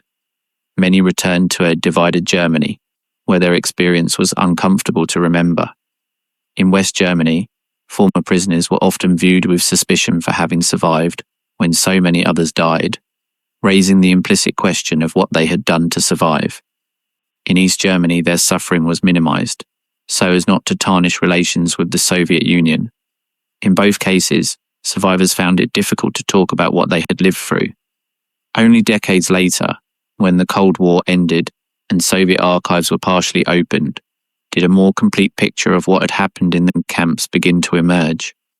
German and Russian historians collaborated to document the conditions, identify the burial sites, and give names to the anonymous dead. It is a process that continues today, a belated attempt to do justice to those who perished in circumstances that the world preferred to forget. But the history of Stalingrad does not end with the prisoners or with the dead. It ends, or perhaps it would be better to say it continues, with the memory. How is Stalingrad remembered today? The answer depends enormously on where the question is asked. In Russia, Stalingrad occupies a central place in the national memory of the Second World War, or as the Russians call it, the Great Patriotic War. The 9th of May, the day of victory over Nazi Germany, is one of the most important holidays in the Russian calendar, and Stalingrad features prominently in the ceremonies. The Mamayev Kurgan monument attracts millions of visitors every year. Surviving veterans, increasingly less numerous, are honoured as guardians of a sacred memory. This veneration has its problematic aspects. Vladimir Putin's regime has used the memory of the victory of 1945 to legitimize its own government and to promote a nationalism that sometimes obscures the darker aspects of Soviet history. Stalin's crimes, including the repression that weakened the Soviet army just before the war, and the mass deportations of entire peoples accused of collaboration with the enemy, take a backseat to the narrative of heroic victory. And the complexity of the war experience, the millions who suffered, both at the hands of the Germans and at the hands of their own government, is simplified into a story of good guys and bad guys that does not reflect lived reality. In Germany, the memory of Stalingrad is necessarily different. It is the memory of a catastrophic defeat, of the failure of a criminal regime, but also of the hundreds of thousands of German soldiers who died or were captured, many of whom were not convinced Nazis, but young men drafted for a war they had not chosen. How to remember one's own dead when they fought for an unjust cause? This question has haunted post-war German society and has no easy answer. For decades, the topic was largely avoided in the German public sphere. Survivors kept silent, families did not speak of the missing, and the dominant narrative focused on reconstruction and the economic miracle that transformed West Germany into one of the most prosperous economies in the world. Only beginning in the 80s and 90s, with the publication of new historical research and the emergence of a generation that had not lived through the war, did a more open debate begin about the experience of German soldiers on the Eastern Front. This debate remains controversial.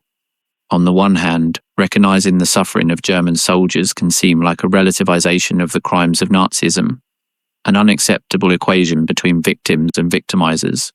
On the other hand, denying any human dimension to the experience of the German combatants is also a form of historical distortion, which prevents understanding how normal people could participate in a monstrous system. The balance between these two imperatives, remembering the crimes and understanding the criminals, is difficult to achieve and easy to criticize from any position. In other countries, Stalingrad is remembered primarily as a military turning point, the moment when the tide of the war began to turn. History books mention the figures, the dates, the troop movements. What is often lost is the human dimension, the suffering of the civilians, the despair of the encircled soldiers, the trauma of the survivors. For those who have no personal connection to the events, Stalingrad can become just another battle in a distant war, impressive in its statistics, but abstract in its meaning. Why should we strive to remember Stalingrad more completely, more humanely?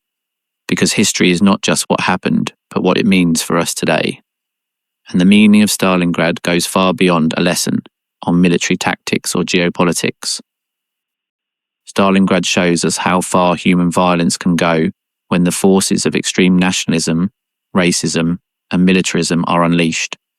It shows us how authoritarian regimes can drag entire nations into catastrophes that no individual citizen would have chosen. It shows us the human being's capacity for resistance in circumstances that seem impossible, but also the fragility of life and the ease with which it can be destroyed. And perhaps more importantly, Stalingrad reminds us that decisions matter. Hitler's decisions to invade the Soviet Union, to obsess over Stalingrad, to prohibit retreat, each of these choices had consequences that affected millions of people.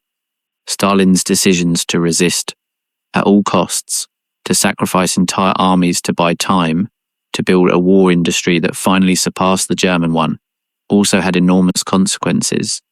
And the decisions of anonymous individuals, a soldier who chose to keep fighting, a nurse who risked her life to save a wounded man, a civilian who shared his last piece of bread with a stranger. These decisions, although invisible to history with a capital H, also mattered. We too make decisions every day. They are not decisions about war and peace, in most cases, but they are decisions about what kind of society we want to build, what values we want to defend, what behaviours we are willing to tolerate. The history of Stalingrad reminds us that the consequences of our collective choices can be much greater than we imagine, and that once certain forces are unleashed, stopping them requires sacrifices that none of us wants to contemplate. Having said this, let us explore some of the physical places where the battle unfolded and how they have evolved to our days. The Stalingrad tractor factory, the scene of some of the fiercest combats, was rebuilt after the war and continued producing agricultural machinery for decades.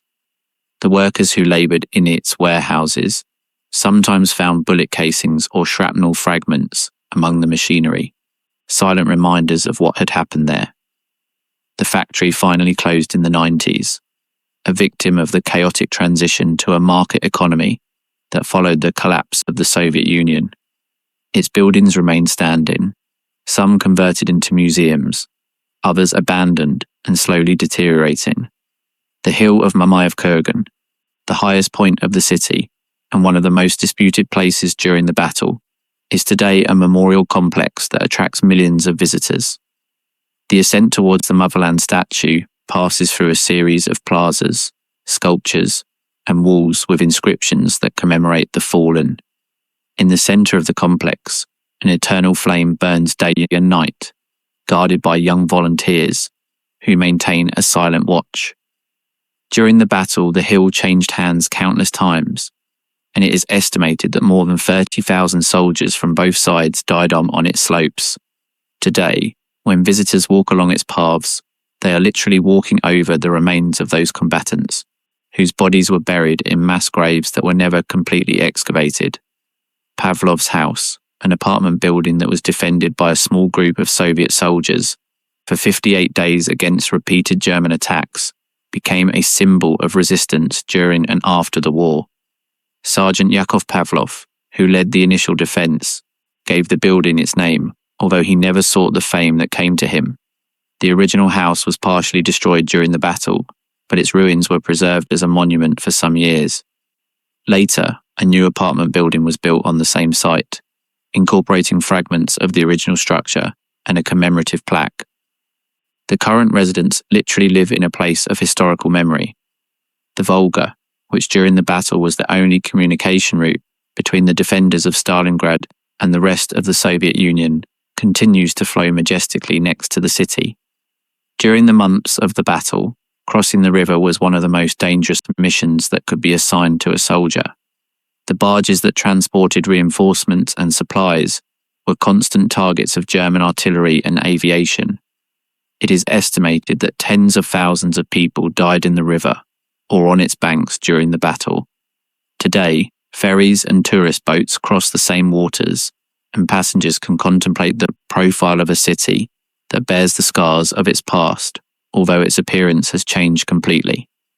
The city itself, renamed Volgograd in 1961 following de-Stalinization, was rebuilt almost from scratch after the war. Buildings prior to 1942 are practically non-existent. Everything seen today is of later construction. Post-war Soviet architecture, functional and austere, dominates the urban centre. In recent decades, some renovation projects have tried to modernize the city's image, but Volgograd remains an industrial metropolis, with few tourist attractions beyond its war memorials. There is a recurring debate in Russia about whether the city should recover its historical name of Stalingrad.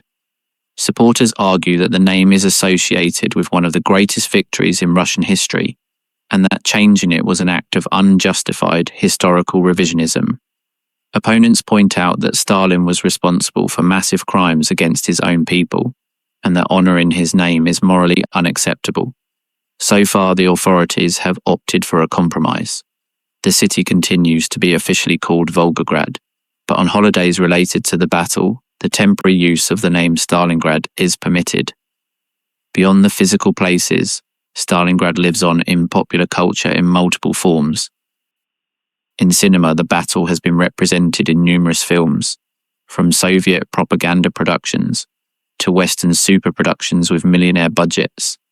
The German film Stalingrad of 1993, directed by Joseph Filsmeyer, was one of the first to present the battle from the perspective of ordinary German soldiers, showing them not as cardboard villains but as human beings, trapped in a desperate situation. The US-German co-production Enemy at the Gates of 2001 dramatized the supposed duel between Vasily Zaitsev and the German sniper, although taking considerable liberties with historical facts. More recently, Russian productions like Stalingrad of 2013 have used advanced special effects techniques to recreate the combats with impressive visual realism, although often sacrificing historical complexity in favour of spectacle. In literature, Stalingrad has inspired novels, memoirs, and works of non-fiction in multiple languages. Life and Fate, by Vasily Grossman, considered by many to be the most important Russian novel of the 20th century, uses the battle as a backdrop for an epic exploration of the human condition under totalitarianism. Grossman, who was a war correspondent in Stalingrad, poured his experiences and observations into a work that the Soviet regime banned for its implicit criticisms of the system.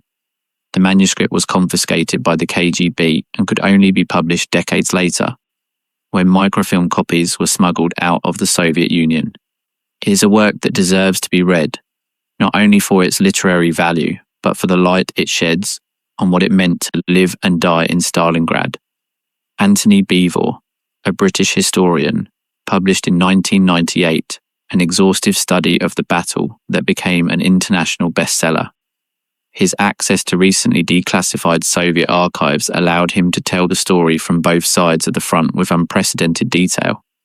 Beevor's book introduced millions of Western readers to the horrors of the war on the Eastern Front and contributed to a renewed academic and popular interest in the battle. In video games, Stalingrad has been the scene of countless recreations, from historical simulators that attempt to reproduce the combats accurately to first-person shooters that use the battle as a backdrop for mass entertainment. This gamification of history raises complex ethical questions. Is it appropriate to turn a tragedy that costs millions of lives into an entertainment product? Or can the interactive format of the video game transmit aspects of the war experience that other media do not reach? There is no consensus on these questions, and probably each player must reflect individually on what it means to play at Stalingrad. Now then, after this extensive journey through the battle, its protagonists, its consequences, and its memory, a final question inevitably arises. What can we learn from Stalingrad? The lessons are multiple and operate on different levels. On a military level, Stalingrad demonstrated the dangers of strategic overextension, of ignoring logistics in favour of symbolic objectives, of allowing political considerations to prevail over the professional judgment of commanders on the ground. These lessons have been studied in military academies around the world and remain relevant in contemporary conflicts. And what happened to those who survived on both sides of the conflict? How did they rebuild their lives after having passed through such a hell?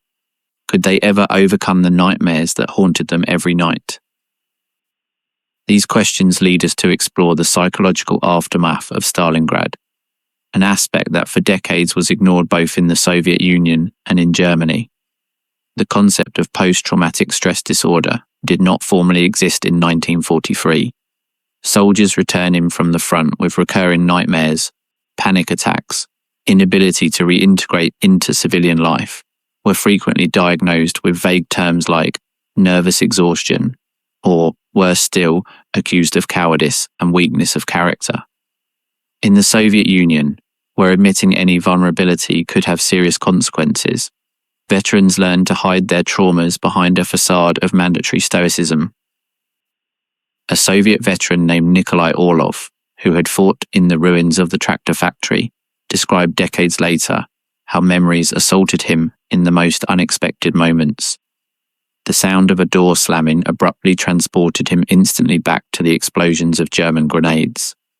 The smell of smoke from a chimney brought him images of burning buildings while his comrades died around him.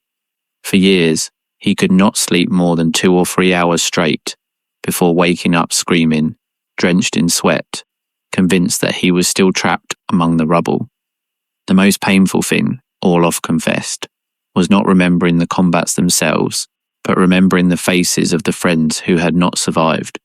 He could name them all, one by one, even 60 years later. Sasha, who had died covering him while he reloaded his rifle. Dmitri, whose body was never recovered after an artillery shell destroyed his position. Yuri, who had agonized for hours with an abdominal wound because there were no doctors or medicines to save him. Each of those names was a scar that never completely healed. In Germany, the survivors of Stalingrad faced a different kind of trauma.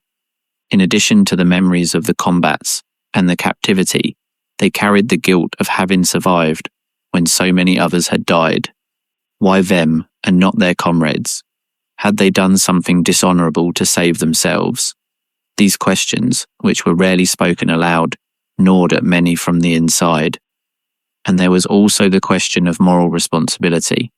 As the truth about the crimes of Nazism was revealed after the war, many veterans had to confront the fact that they had fought for a criminal regime. Did that make them criminals too? Or had they been victims as well as victimizers? Young men dragged into a war they had not chosen by a system that tolerated no dissent. There were no easy answers, and post-war German society preferred for a long time not to ask the questions. A particularly revealing case is that of Lieutenant Heinrich Gerlach, an officer of the Sixth Army who survived Soviet captivity and returned to Germany in 1950. During his captivity, Gerlach had written a novel based on his experiences in Stalingrad, but the manuscript was confiscated by Soviet authorities when he tried to take it out of the camps. Thinking he had lost his work forever, Gerlach rewrote it from memory after his release, publishing it under the title The Forsaken Army. But the story did not end there. In 2012, the original manuscript was discovered in the Russian archives and returned to Gerlach's family, who had died in 1991. The comparison between the two versions revealed significant differences. The original manuscript, written when memories were fresh, was cruder, more desperate, more critical of the Nazi leadership. The rewritten version, filtered through years of reflection and the needs of publication in post-war Germany, had softened some aspects and added a layer of narrative distance that the original did not possess. This case illustrates how the memory of Stalingrad was constantly reworked, both at an individual and collective level. What we remember and how we remember it is not static. It changes with time, influenced by present circumstances, by dominant narratives in society, by our own psychological needs to make sense of traumatic experiences. The truth of Stalingrad is not singular. There are multiple partial truths that sometimes complement each other and sometimes contradict each other. But let us leave the abstract reflections for a moment and return to the concrete events, to examine some episodes of the battle that deserve special attention. Did you know that one of the most critical moments of the whole battle occurred before the Germans even entered the city itself? In late July 1942, German forces crossed the Don River and began to press eastward toward the Volga and Stalingrad. On July 28th, Stalin issued one of the most famous and controversial orders of the entire war, Order number 227, popularly known as Not a Step Back.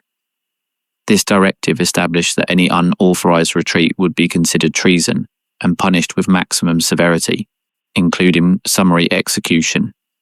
The order also created the infamous penal battalions, units composed of soldiers and officers who had been accused of cowardice or disobedience. These wretches were sent on the most dangerous missions, used essentially as cannon fodder to clear the way for regular units.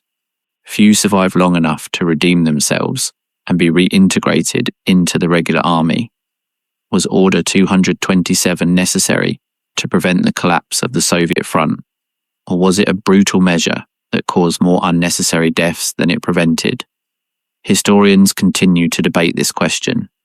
What is indisputable is that the order set the tone for what was to come, a battle where retreat was not an option, where every metre of ground had to be defended to the death, where individual survival was completely subordinated to the objectives of the state. Meanwhile, on the German side, commanders were making mistakes that they would later pay for with interest. On July 9th, 1942, Hitler altered the original plan of Operation Blue. Instead of concentrating all forces first on one objective and then on the other, he ordered the simultaneous capture of Stalingrad and the oil fields of the Caucasus. This decision divided the German forces between Army Group A, which would advance southward, and Army Group B, which included Paulus's Sixth Army and would head towards Stalingrad. The division of forces meant that neither of the two groups would have sufficient resources to achieve their objectives decisively. But Hitler, intoxicated by previous victories and convinced that the Soviet army was on the verge of collapse, dismissed his general's objections. Hadn't France fallen in barely 6 weeks? Hadn't they destroyed millions of Soviet soldiers in the encirclements of 1941? Surely a final effort would be enough to defeat an enemy that must already be exhausted. This overconfidence, this inability to recognize that the enemy was more resilient than expected, would be a constant in German decisions throughout the entire Stalingrad campaign. August 23rd, 1942 marked a before and after in the battle. That day, General Gustav von Wietersheim's 14th Panzer Corps penetrated the suburbs of Stalingrad, reaching the western bank of the Volga north of the city. The speed of the advance surprised even the Germans themselves. That same night, the Luftwaffe unleashed the most intense bombardment since the beginning of Operation Barbarossa, employing all 1,200 aircraft available in the area. But what the Germans found when their tanks approached the Stalingrad tractor factory left them perplexed. The anti-aircraft batteries surrounding the industrial complex were not manned by regular soldiers, but largely by young female volunteers, many of them with barely basic training. When the panzers appeared on the horizon, these women turned their 37mm cannons and opened fire directly against the German armour. The 6th Battery of the 1077th Anti-Aircraft Defence Regiment, positioned overlooking the Sukhaya Mecheka ravine, reported the destruction of 28 German tanks that day. The 3rd Battery, on the road between Yazovka and Stalingrad, sustained especially intense combat against the 16th Panzer Division, engaging shot for shot, according to Soviet reports.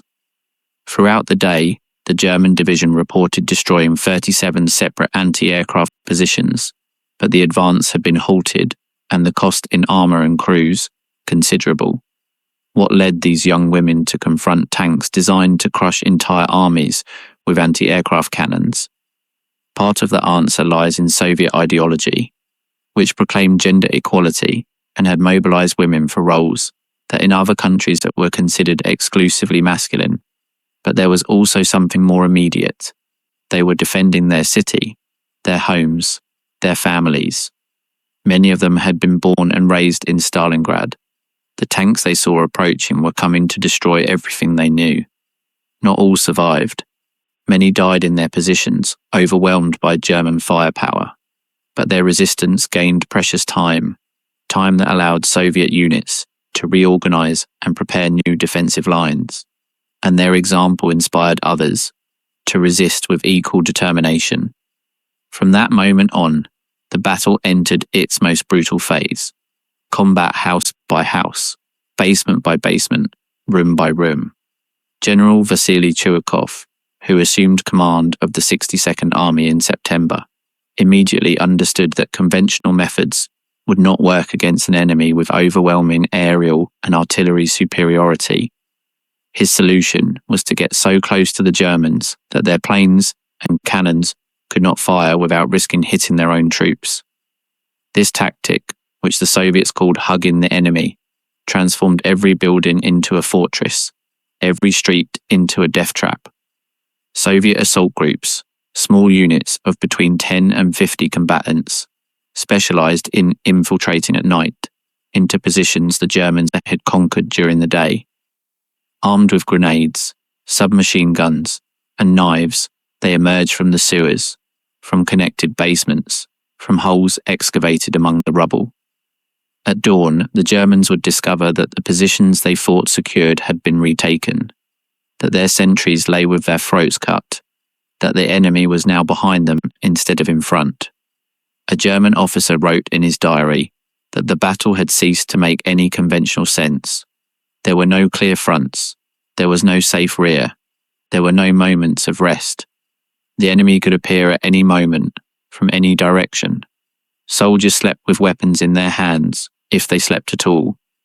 The constant tension, the endless noise of explosions, the impossibility of lowering one's guard even for an instant, was destroying the troops' morale as effectively as Soviet bullets.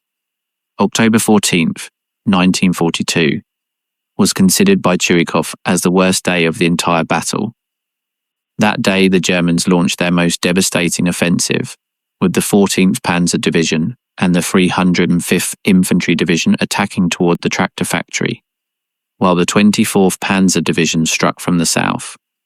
An artillery and aviation bombardment of unprecedented intensity preceded the assault, pulverizing Soviet positions. Major General Viktor Joludev's 37th Guards Rifle Division was practically annihilated. By afternoon, German assault groups had reached the tractor factory and made it to the Volga, cutting the 62nd Army into two separate parts. The situation was desperate. If the Germans consolidated this breach, the entire defense of Stalingrad could collapse.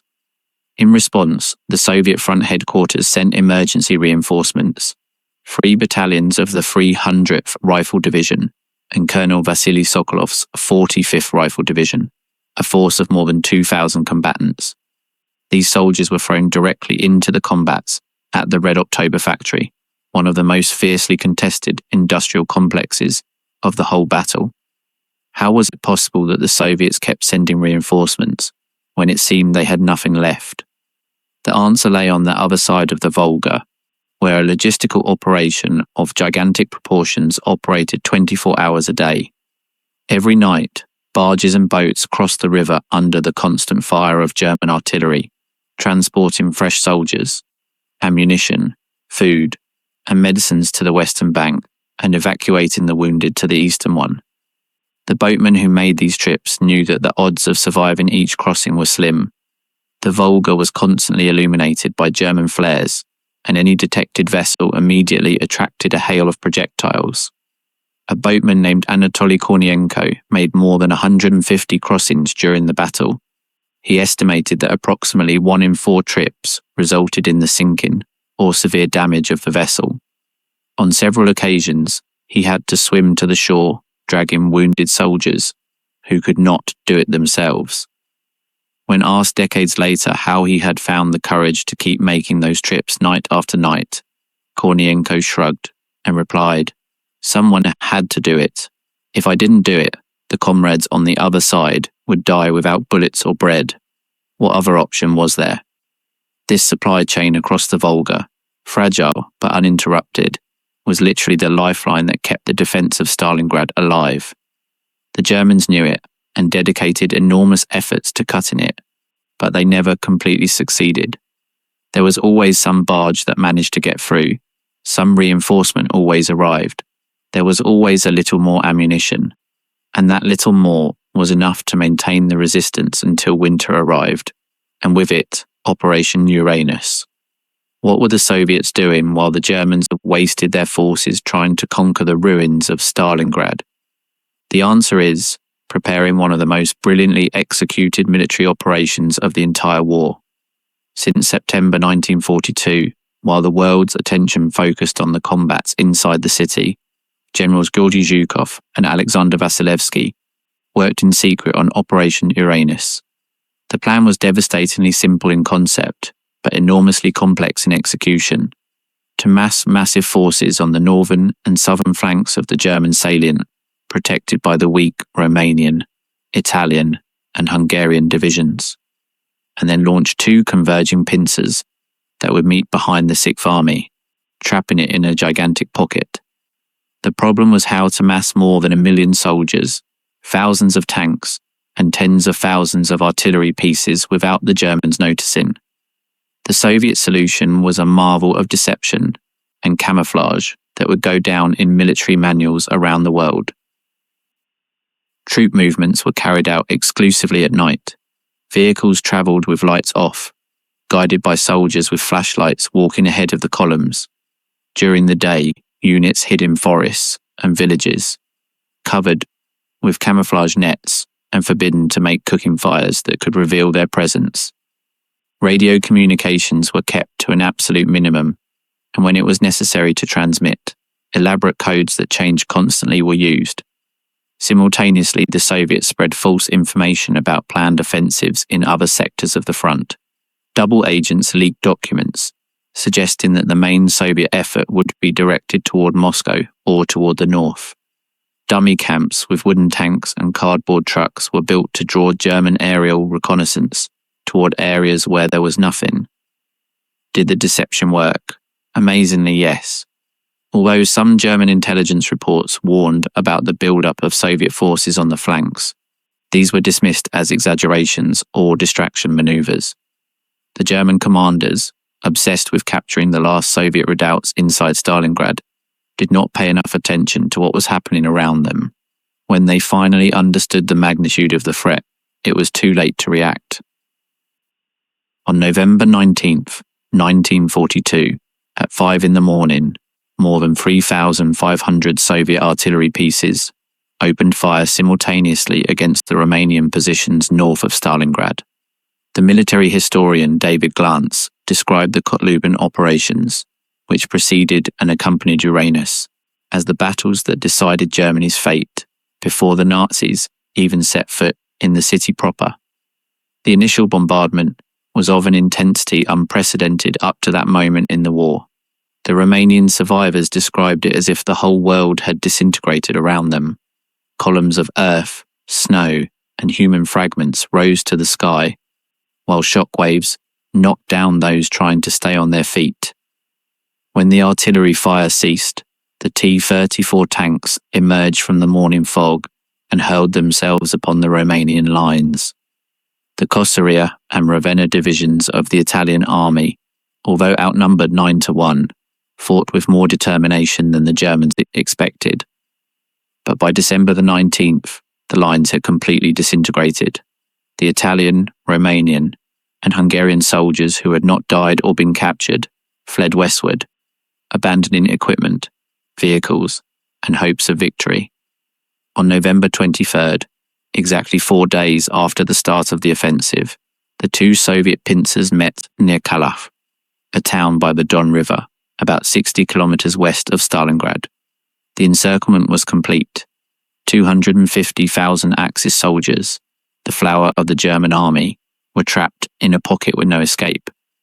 The operation was, in the words of a British historian, a textbook execution of the type of encirclement battle that the Germans themselves had perfected throughout the entire war. The students had become masters, and the masters were about to learn a brutal lesson about the consequences of hubris.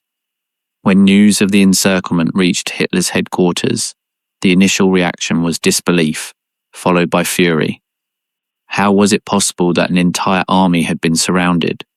Where had the intelligence services been? Why hadn't the flanks been reinforced? Recriminations flew in all directions, but none of them altered the fundamental fact. The Sixth Army was trapped, and its options were rapidly shrinking.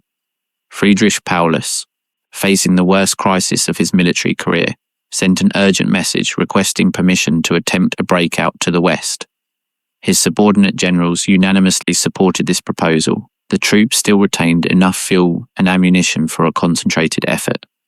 If they acted immediately, before the Soviets consolidated the encirclement, there was a reasonable chance of saving the bulk of the army. Hitler's response was categorical: no. The Sixth Army would remain in Stalingrad. A fortress would be established that would hold out until relief forces broke the encirclement from the outside. Supplies would arrive by air. The Luftwaffe would be in charge of keeping the trapped troops supplied. Under no circumstances was powerless to attempt a breakout without express authorization from the Führer. This decision, which military historians almost unanimously consider one of the greatest strategic blunders of the entire war, was based on two false premises. The first was that the Luftwaffe could effectively supply an army of more than 200,000 soldiers via an airlift. The second was that a relief offensive would succeed in breaking the Soviet encirclement. Hermann Göring, the corpulent head of the German Air Force, had promised Hitler that his planes would transport the 300 daily tons of supplies that the Sixth Army needed as an absolute minimum to survive. It was a completely unrealistic promise, as many Luftwaffe officers perfectly knew. There were not enough transport planes. The airfields inside the encirclement were under constant fire. The winter weather greatly hindered operations. But Göring, anxious to regain Hitler's favour, made a promise he knew he could not keep. Reality brutally imposed itself on the fantasies. The average supplies that actually reached the encircled troops hovered around 100 tons a day, less than a third of what was necessary. The Junkers. 52 planes that attempted the flights were regularly shot down by Soviet fighters and anti-aircraft artillery. Every mission was a trip to hell, and the pilots returning to their bases knew that many of their comrades would not. While their airlift failed, the troops inside the pocket began to experience the deterioration that accompanies any besieged army. Rations were drastically reduced. First, the luxuries disappeared: cigarettes, chocolate, coffee. Then the basics began to grow scarce: bread, meat, vegetables. The draft horses, which could no longer be fed, were sacrificed and consumed. When the horses were gone, soldiers began to look for anything that could be eaten: belt leather, tree bark, rats trapped in the rubble. Temperatures plummeted to 30 degrees below zero. The summer uniforms that many soldiers had brought to Stalingrad, because nobody had foreseen such a prolonged campaign, offered no protection against the deadly cold of the Russian steppe. Frostbite multiplied: blackened fingers, gangrenous feet, noses and ears destroyed by the frost. Field hospitals filled with cases that could not be treated for lack of medicines and medical personnel. And meanwhile, the fighting continued. The Soviets constantly pressed the perimeter, forcing the defenders to expend ammunition and energy they could not replace. Every day, the encirclement tightened a bit more. Every day, more soldiers died. Every day, the hope of rescue faded a little more. On December 12, 1942, a German relief column under the command of Field Marshal Erich von Manstein launched Operation Winter Storm, a desperate attempt to break the encirclement from the southwest. Manstein, considered by many the most brilliant strategist in the German army, gathered available forces and advanced towards Stalingrad against fierce but not insurmountable Soviet resistance. For a week, Manstein's divisions progressed slowly toward the pocket. The trapped soldiers could see the flashes of combat on the horizon and hear the rumble of the approaching cannons. Many believed that liberation was at hand. By December 19th, Manstein's vanguard was barely 48 kilometers from the perimeter of the encirclement. Then Manstein sent a message to Paulus that placed him before an impossible decision. The marshal explained that his forces were too weakened to complete the breakout alone. He needed the Sixth Army to attack from within the pocket to meet him halfway. The combined operation, named Thunder, required Paulus to abandon Stalingrad and march southwest with all the mobile troops he could muster. Paulus consulted Hitler. Could he authorize the operation? Could he abandon the positions the Führer had ordered him to defend at all costs? The answer was, once again, negative. Hitler forbade any abandonment of Stalingrad. The Sixth Army had to hold its position and wait for Manstein to complete the breakout on his own. It was an order that contradicted all military logic, as Manstein and Paulus knew perfectly well. But Paulus, incapable of disobeying his supreme commander, followed the instructions. Days later, Soviet pressure in other sectors of the front forced Manstein to divert his reserves to avoid a general collapse. Operation Winterstorm halted, retreated, and finally was cancelled. The last opportunity to save the Sixth Army had evaporated. What followed was a prolonged agony that lasted 6 more weeks. On January 7th, 1943, the Soviet High Command sent a formal ultimatum to Paulus.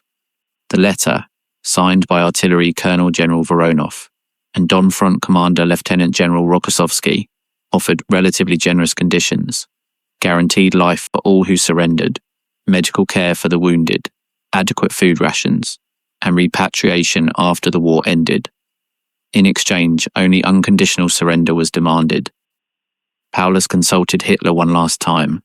The answer was the same as always. No surrender was authorized. The Sixth Army would fight to the last soldier. The ultimatum was rejected. 3 days later, on January 10th, the Soviets launched Operation Ring, the final offensive to destroy the trapped German forces. The artillery barrage that preceded the assault was the most massive of the entire war up to that moment. Almost 7,000 cannons, rocket launchers, and mortars opening fire simultaneously against a perimeter that shrank every day. The roar was audible dozens of kilometers away. The Soviet advance was unstoppable. In the first weeks of January, the pocket was reduced to half its original size. The Germans retreated from position to position, from ruin to ruin, fighting with the energy of despair, but incapable of stopping the red tide. Wounded who could not walk were abandoned where they fell. The dead were no longer buried, because the frozen ground was impenetrable, and no one had the strength to dig. On January 30th, 1943, Hitler made a decision that many interpreted as a final gesture of cruelty toward the general who had obeyed all his orders. He promoted Paulus to the rank of Field Marshal, the highest in the German army. The implicit message was clear. No German Field Marshal had ever surrendered. Paulus was expected to follow the example and commit suicide before handing his sword to the enemy. But Paulus did not take his own life. On the morning of January 31st, Soviet soldiers descended into the basement of the Univermag department store in the center of Stalingrad, where Paulus had established his last command post. The marshal, emaciated and trembling, emerged from the depths to surrender personally. His first words to his captors were a question: "Are you going to shoot me?"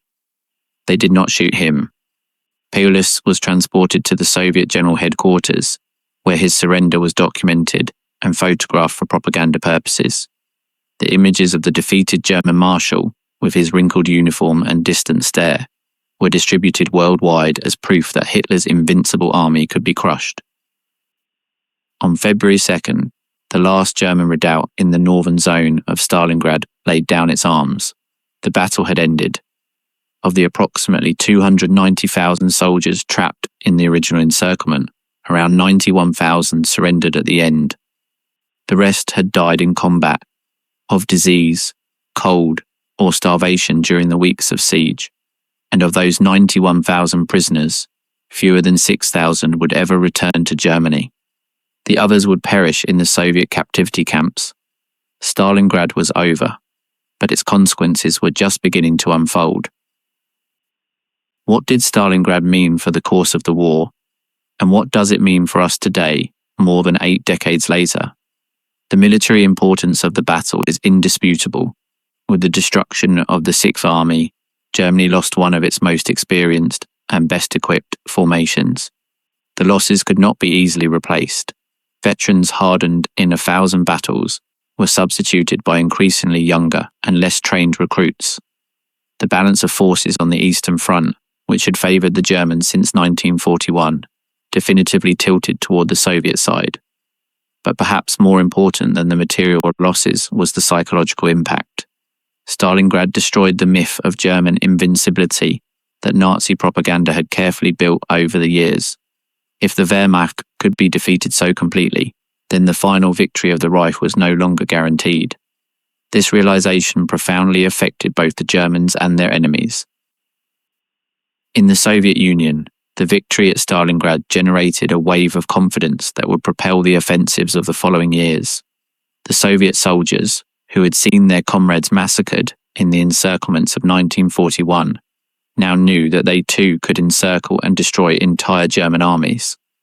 The commanders, who had learned from their mistakes at the cost of millions of lives, now possessed the experience and confidence to plan increasingly ambitious operations.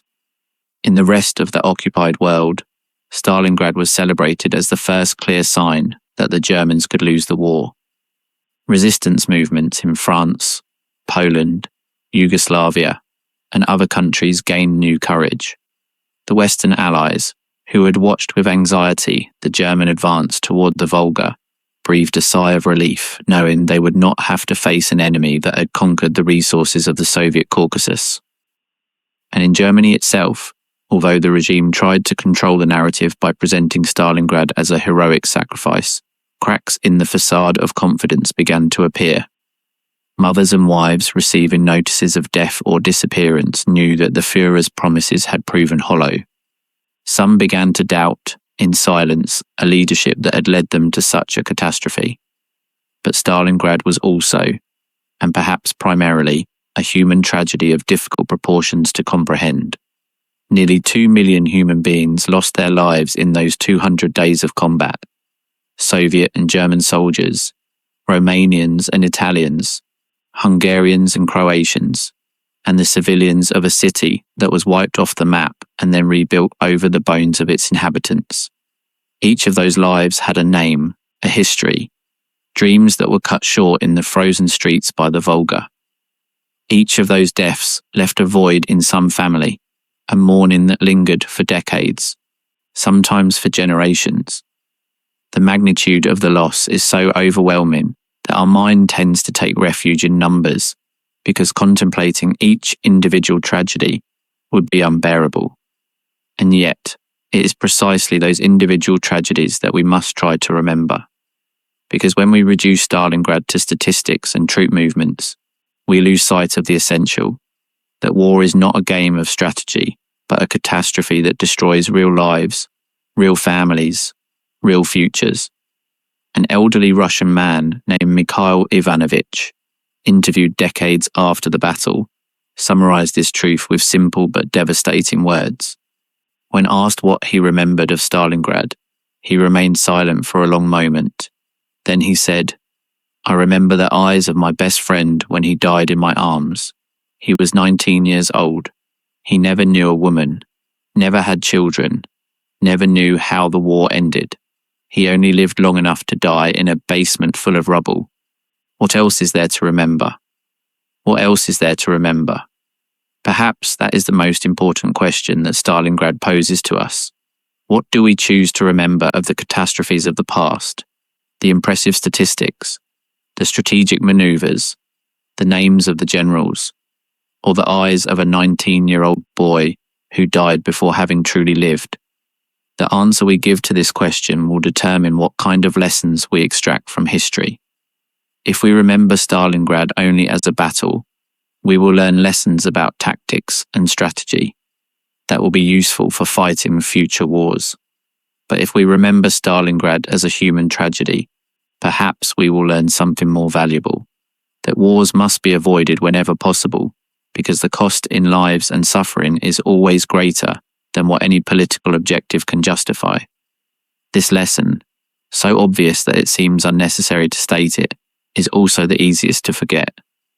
Every generation believes that its wars will be different, that this time the objectives are important enough, that this time the cost will be acceptable, and every generation discovers, too late, that war is always worse than expected, that costs always exceed forecasts, that victories always taste like ashes when the dead are counted.